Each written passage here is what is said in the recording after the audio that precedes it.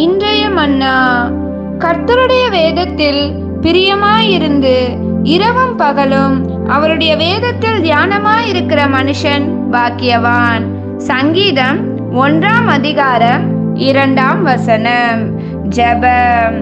எங்கள் ஆராதனைக்குரிய எங்கள் தேவனாகிய கர்த்தாவே, உமக்கு ஸ்தோத்திரம்.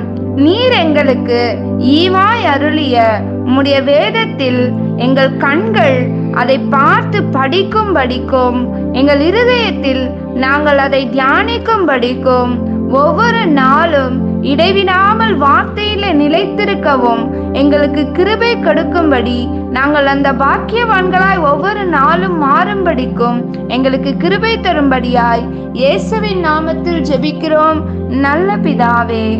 ஆமென்.